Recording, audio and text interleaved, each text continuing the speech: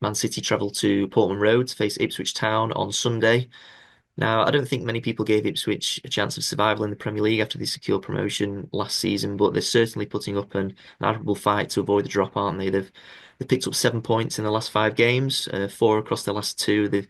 They beat Chelsea 2-0 before getting a 2-2 draw at Fulham. And they also beat Bristol Rovers 3-0 in the FA Cup last weekend.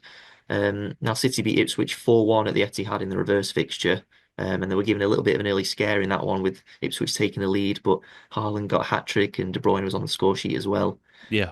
City will be favourites for this one, but as we know, no Premier League game is an easy game. How important is it for City to secure the win? Bearing in mind as well that this is a game probably City need to win with one eye on a tough run of fixtures coming up as well.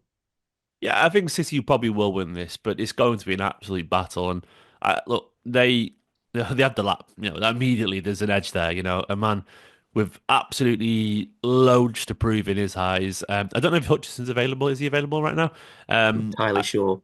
but I mean, quality. He's got goals in him. Simonics has already scored against City this season.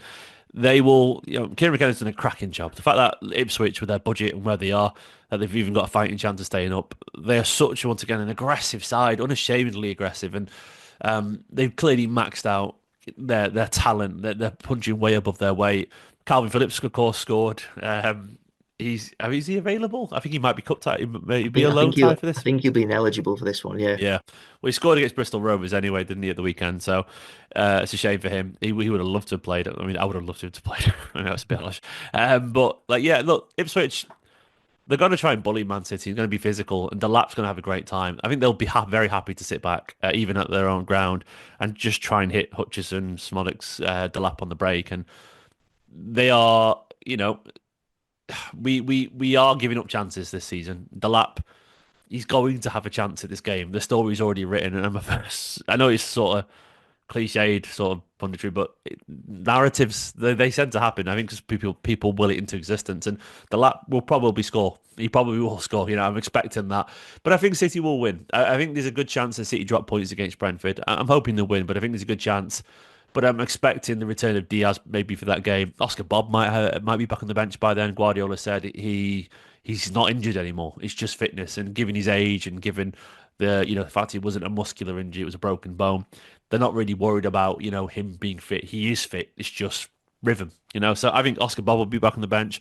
Who knows? We might be sat there at that point with Kusanov and Marmoush, in the squad as well.